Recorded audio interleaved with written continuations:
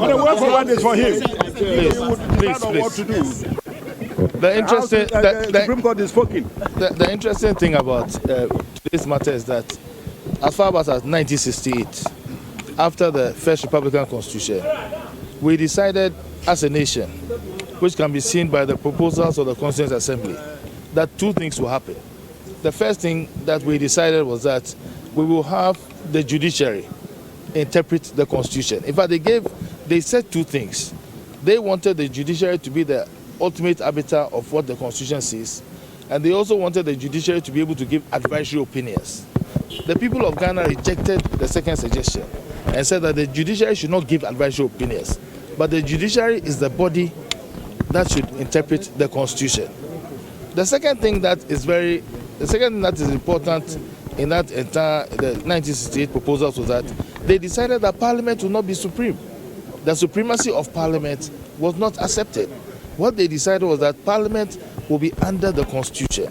And so all our constitutions since then have followed this position. In fact, the 1992 Constitution in Article 1 says that sovereignty lies in the people. That sovereignty was expressed when the people, through a referendum, voted to bring this Constitution into force. And the Constitution tells us that the supreme law of Ghana is the Constitution. Everybody else is under the Constitution.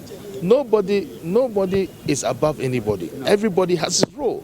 And so the fact that the Supreme Court interprets the Constitution does not mean that they are above anybody. In fact, there are judges sitting on the bench. One of them is my classmate. My juniors are on the bench. But once they go and sit there, even if it's my own child sitting there, I cannot but bow and give the person respect, not for the person, but for the office and for the law. And we expect every other Ghanaian to also respect the law. We don't all agree on what is said and what is done. There are several times that I've disagreed with what is said and what is done.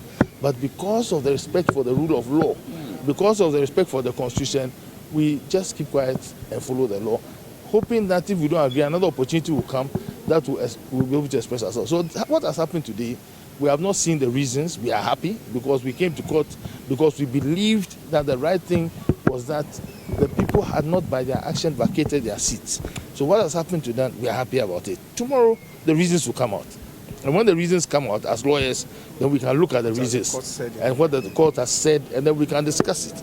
In fact, the fact that the court has ruled in your favor does not mean that you agree with the reasons.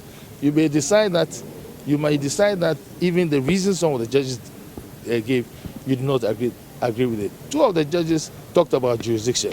We don't know what they said, so tomorrow we will know. And when we know, we will prepare to answer more questions in detail. But as was said by the leader, as far as I'm concerned, today democracy has won, constitutionalism has won. And Babi has lost. Nobody has lost. Democracy has won, constitutionalism has won, and nobody has lost. Every one of us is holding every position that we hold in trust for the people of Ghana. We don't hold it in our own capacity. When you are an MP, when you are a minister, when you are a president, when you are a speaker, when you are a chief justice, you hold it in trust for the people of Ghana, and you are under the law. Your time will come and you leave the position, and that is what we must all write. So the 4 MPs have been reinstated. They must come to Parliament, and as far as I'm concerned, if the status quo ante is brought back, then this whole dispute that people call him caucus leader, whatever, it should stop from today. We have a majority, which is MPP, and the majority leader is Honorable Alexander Afeyo Maakye. It's as simple as that.